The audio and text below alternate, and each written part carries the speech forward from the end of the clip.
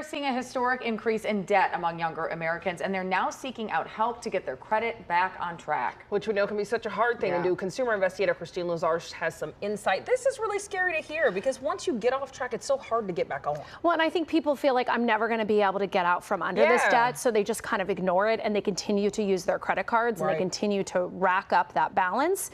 And if you're just making the minimum payments, if you look at how much you're going to be paying over 10, 20 years, it can make you feel sick, I think. So Money Management is a nonprofit debt management program that helps people get out from under debt. And they shared these new figures with me. So for their clients, young adults ages 18 to 29, they have an average debt load of more than $22,000.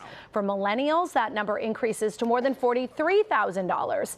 And Gen X, their average unsecured debt is more than $53,000. I'm joined now by Ted Rossman, the principal consumer finance analyst at Money Management International. Ted, always good to speak with you.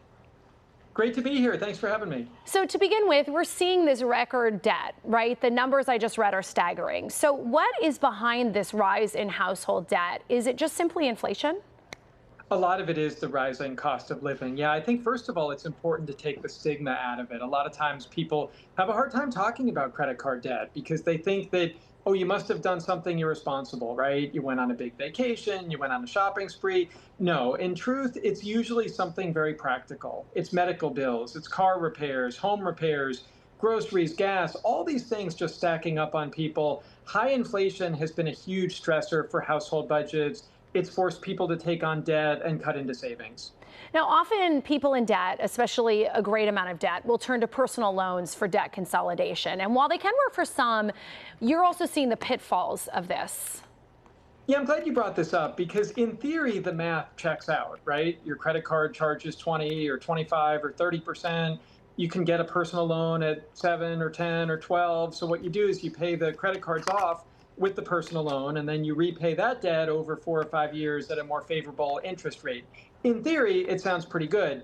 The problem that we're seeing in our research is that oftentimes people run the credit cards back up. So what happens is they have the old credit card debt now in the form of a personal loan, and then the credit card balances come right back up, and they have more debt than they had in the first place. In other words, it's kind of a shell game. They're trying to pay off debt with more debt. It may be well-intentioned, and a lot of these expenses may be very practical items, but to really break the cycle, we need to reassess the budget. We need to do something else.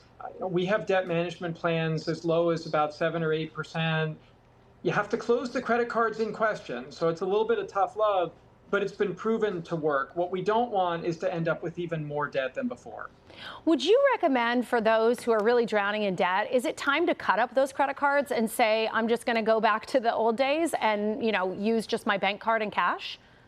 Sometimes that is the answer. And that is part of this nonprofit credit counseling approach, where if you enroll in one of our debt management plans, you can't continue using the cards in the plan. That's partly to protect you. It's partly to protect the creditor, but it really goes to getting at the root cause of this. No shame, right? We're going to take the stigma out of it, but you can meet for free with one of our no judgment counselors. Just talk about your options. Maybe it's debt settlement. Maybe it's one of these debt management plans. Maybe you just need to take a good look at how much is coming in, how much is going out. Are there things you can cut from the budget? Can you take on a side hustle? There is hope. There are things you can do. We often work with people that have $20,000, $30,000, $40,000 in credit card debt. You can pay it off, but you can't hide from it. So the best thing you can do is get started. Let's start working on a plan and get you feeling better about this. And before you go, what is the first step someone should take when they have this debt? What is the best thing they can do if they only do one thing? Just be honest with yourself and your spouse. Really start by coming up with a list. How much do you owe? What's the interest rate? Being realistic starts to get that plan together. And then you can follow on with other things, whether it's a debt management plan, a balance transfer card, other approaches, but really start by taking an honest look. It's not going to go away on its own, so we need to tackle this head on. And just very quickly, what programs or services should people be wary of to stay away from?